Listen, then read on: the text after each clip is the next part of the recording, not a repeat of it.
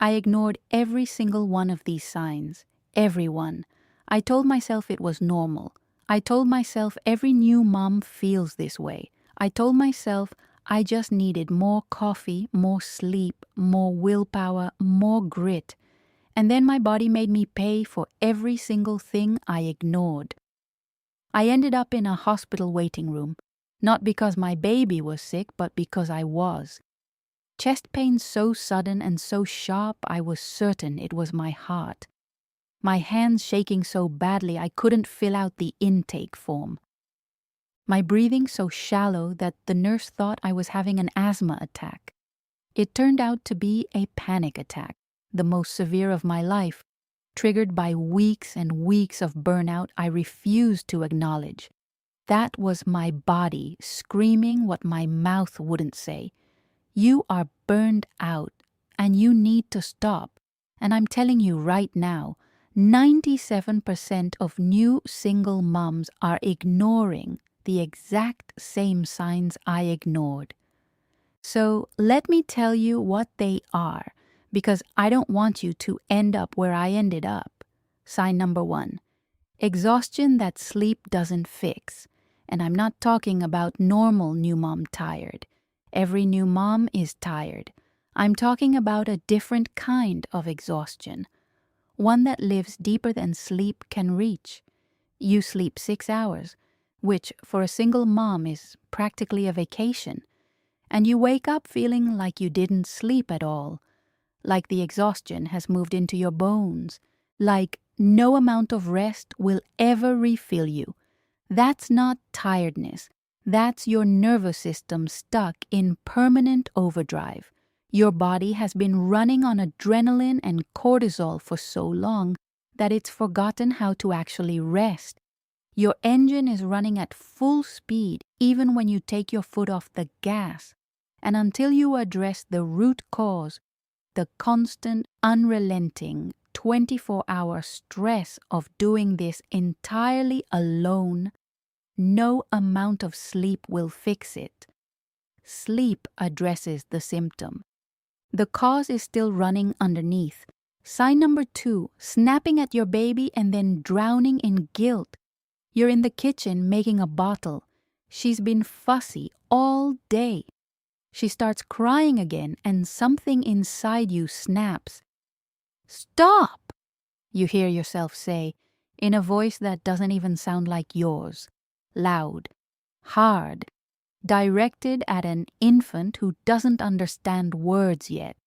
And then the guilt hits you like a wall. You're in the bathroom 5 minutes later, holding your face in your hands, asking yourself, what kind of mother raises her voice at a baby? Here's what I need you to understand. That snap is not anger. It's overflow. You have been absorbing stress, emotional, physical, logistical, financial, for weeks with no outlet, no relief, no one to share it with. And eventually, it erupts. Not because you're a bad person, because you're a human being with a finite emotional capacity, and yours has been exceeded. The guilt you feel afterwards? That's proof that you're a good mother. Bad mothers don't cry in the bathroom after snapping. They don't feel anything at all. But the snap itself, that's a red flag that your system is maxed out. Sign number 3, numbness where emotions used to be. You used to cry at sad movies. You used to get excited about things. Now your baby smiles at you, this huge, gummy, beautiful smile, and you feel nothing. Not sadness, not joy, just blank, flat, empty. That emotional numbness isn't strength. It isn't being tough. It's your brain shutting down the emotional system because it can't process anything more. Think of it like an electrical circuit breaker. When there's too much current flowing, the breaker trips to prevent damage. Your brain has pulled the breaker on your emotions because the current has been too high for too long. Sign number 4, physical symptoms that nobody connects to burnout. Constant headaches you can't explain. jaw clenching you don't notice until your teeth hurt or your dentist mentions it. Stomach problems, nausea, cramps, no appetite, chronic back pain that doesn't respond to stretching, getting sick every other week because your immune system is suppressed from chronic stress, insomnia despite being physically exhausted. These are all your body's way of communicating what your conscious mind refuses to hear.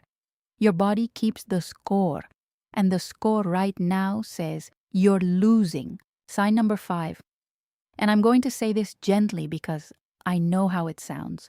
Fantasizing about disappearing, not dying, not hurting yourself, not harming anyone, just gone. Checking into a hotel room alone for 3 days, driving somewhere nobody knows your name, being someone without responsibilities for 24 hours. If you've had that thought, and I had it almost daily, you are not crazy.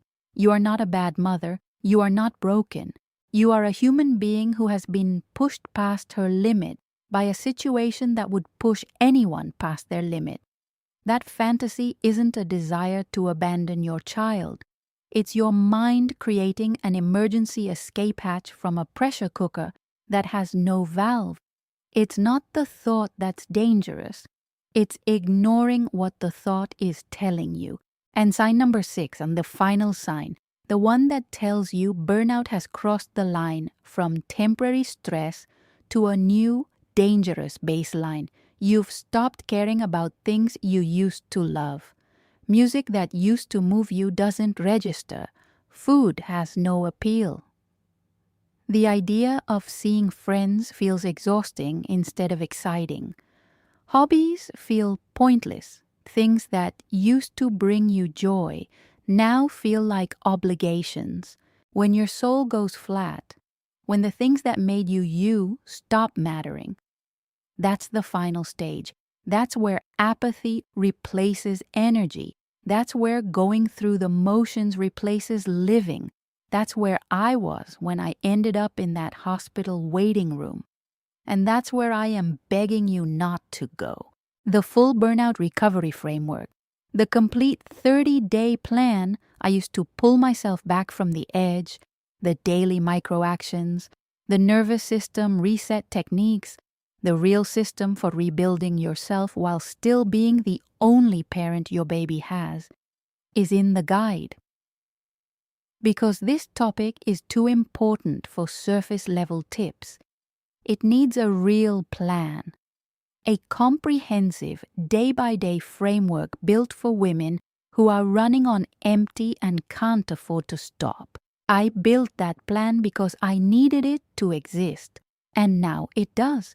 The link is in the pinned comment with the heart.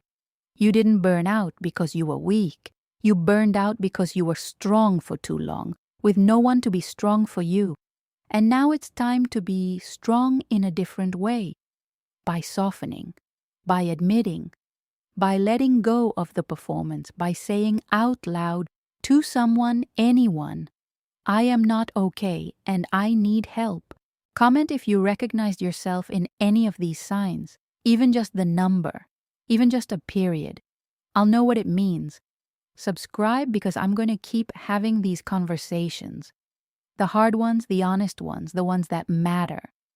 Like this video, so the mama who's ignoring every single sign right now, smiling on the outside, crumbling on the inside, can find it before she ends up where I did. You deserve to feel like yourself again. You will. I promise you will.